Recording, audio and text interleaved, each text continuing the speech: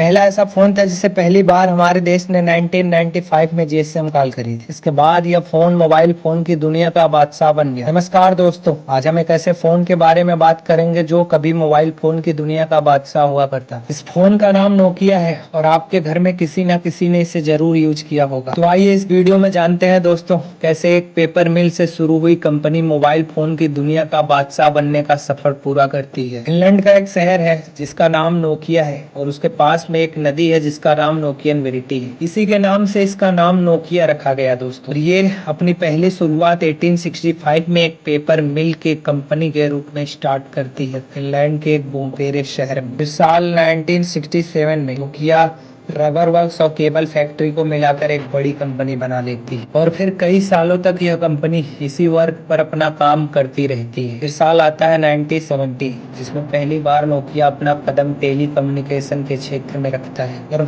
बहुत ही जल्द अपना रिजल्ट देता है। साल 1982 नोकिया अपना पहला मोबाइल फोन लॉन्च करता है जिसका नाम मोबिरा सीनेटर रखा जाता है। इसका वजन 21 पाउंड किलोग्राम में लगभग 9.8 केजी का एक कार फोन रहता है जो दिखने में कुछ इस तरह का दिखाई देता है। 1987 में नोकिया ने मोबिरा सिटीमैन 900 लॉन्च किया जो कि NMT Nordic mobile telephony 900 network के लिए इस्तेमाल किया जाता था। सोवियत संघ के एक नेता थे जिनका नाम मिखाइल गोर्बाचेव था। इनके द्वारा सिटीमैन 900 को इस्तेमाल किए जाने के बाद इस फोन को बहुत प्रसिद्धि मिली। साल 1990 में नोकिया कंपनी ने global system for mobile communication GSM तकनीक को अपनाया और अपना पहला जीएसएम फोन 1991 में नोकिया 1011 लॉन्च किया। मार्केट में काफी अच्छा प्रदर्शन किया और इसी बीच भारत ने अपनी पहली जीएसएम कॉल 1995 में नोकिया फोन से ही की थी और इस कंपनी ने 1990 से लेकर 2000 तक ऐसे ऐसे फोन निकाले जो मार्केट में बहुत अच्छा प्रदर्शन किया। में नोकिया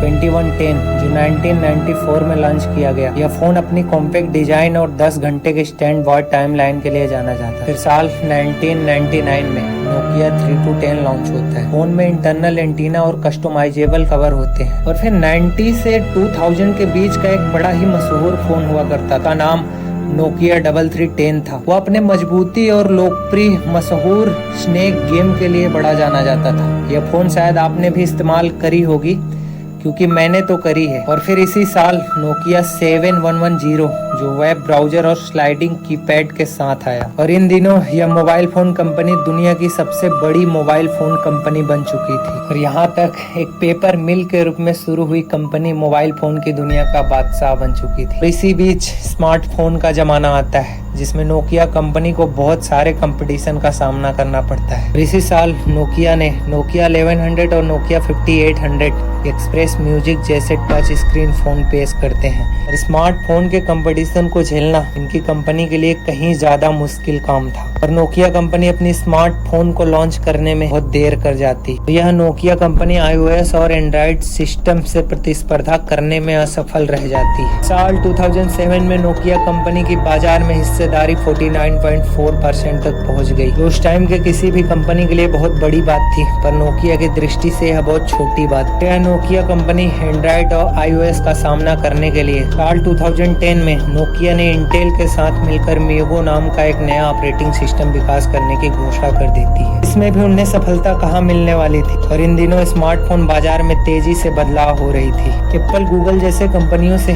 कड़क कंपटीशन के कारण इनको अपनी कंपनी बनाए रखने में बड़ा मुश्किलें हो रही थी। जबकि जीएसएम तकनीक को सबसे पहले नोकिया ने अपनाया। नोकिया ने ऐसे ऐसे फोन बनाए जो कि गेम्स, रिंगटोन, एसएमएस जैसे कई अन्य सुविधाओं के साथ आते थे।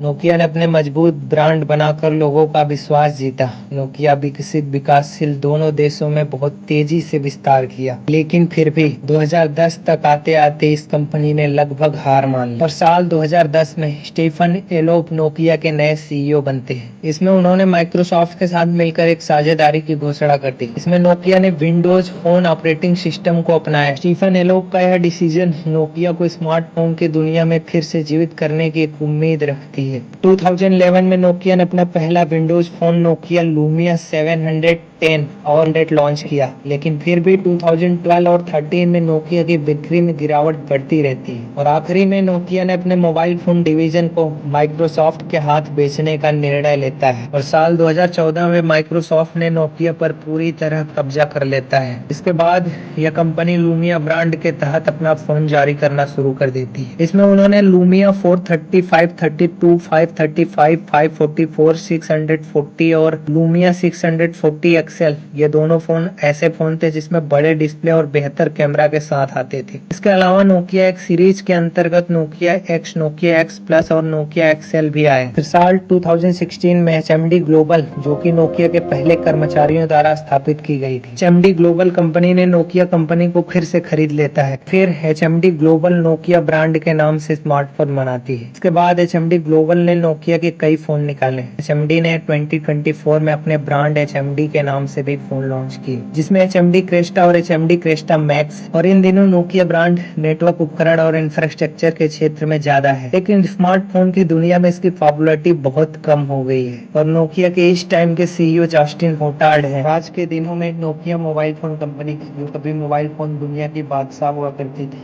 ये सिर्फ नाम बनकर रह गई है। बिजनेस तो कई सारे हैं, पर मोबाइल फोन की दुनिया में सिर्फ नाम